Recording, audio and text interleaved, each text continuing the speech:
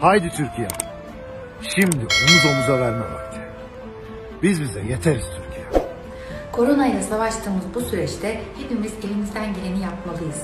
Şimdi eğer mümkünse evinde kal. Birlik olmanın ve dayanışmanın tam zamanı. Biz bize yeteriz. Zorlukları hep birlikte aşacağız.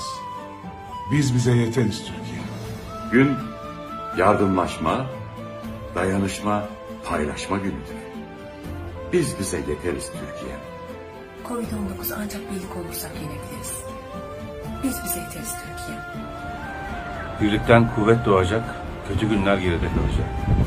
Biz bize yeteriz Türkiye. Bu salgını dayanışma ile yeneceğiz.